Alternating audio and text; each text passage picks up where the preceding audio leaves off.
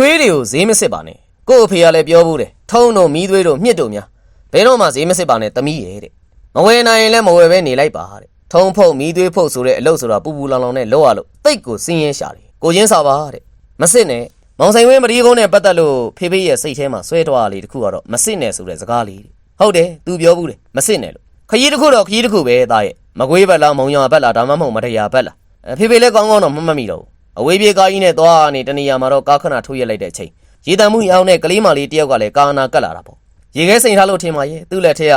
ရေတံမှု3-4ဘူးကလည်းရေတွေကိုတီးလို့ချစ်တောင်အပူနေတဲ့အညာရက်နေမှာ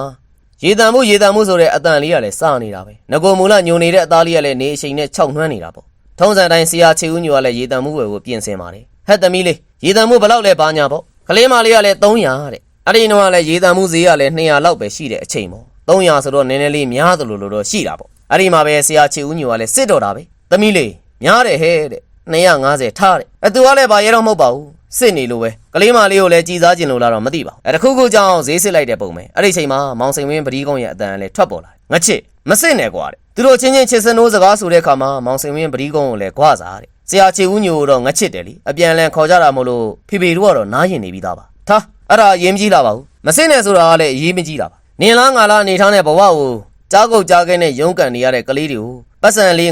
910နဲ့လဲညားသွားရုံနဲ့လဲမစစ်ပါနဲ့အရေးကြီးတာကလည်းဒီလိုသဘောထားမျိုးကိုလည်းဖေဖေတိတ်ကြိုက်သွားတယ်ဆရာချင်းဦးညိုကလည်းတိတ်ကြိုက်သွားပုံရပါတယ်အေးပါကွာဆိုပြီးတော့လေကလေးမလေးပြောတဲ့ရေဘူးလေး3-4ဘူးကိုလည်းပေးဝယ်လိုက်တာပေါ့အရက်ထဲမှာဒဗလင်း1500ထက်မပိုတဲ့ဘီယာပလင်းကိုလည်းလေးစိတ်ထဲကနေပြည်ပကိုထွက်ခွာတဲ့အခန်းထဲမှာ9000ပေးပြီးတော့တောက်ခဲ့ရဘူးတယ်အရက်ထဲမှာ600လောက်ပဲတန်တဲ့ဘီယာဘူးကိုလည်းလေရင်ပေါ်မှာ1500ပေးပြီးတောက်ခဲ့ရဘူးပါတယ်ရင်းနေချမ်းတစ်ခွက်900လည်းဖေဖေတို့တောက်ခဲ့ကြရပဲမဟုတ်လားသူ့နေရာသူ့ဒေသလိုက်အဟန့်နဲ့အခန့်နဲ့တောင်းဆိုတဲ့နှုံးတွေကိုတော့ဖေဖေတို့စစ်ခွင့်မရပဲစားသုံးခဲ့ကြတာပဲဥစ္စာဘာဖြစ်လို့မိုးတဲ့လေထဲမှာရုန်းကန်နေရတဲ့ဘဝတွေကိုဘာကြောင့်များတိတိကျကျကြီးစစ်နေတော့မှလဲဖေဖေရဲ့အတီးတယောက်ဂျာနယ်ဝယ်ပုံလေးကလည်းစိတ်ဝင်စားစရာကောင်းတယ်မိဘမီနိုဂျာနယ်သမားလေးတွေရောက်လာတဲ့ခါမှာဝယ်တော့တာပေါ့900တဲ့ရ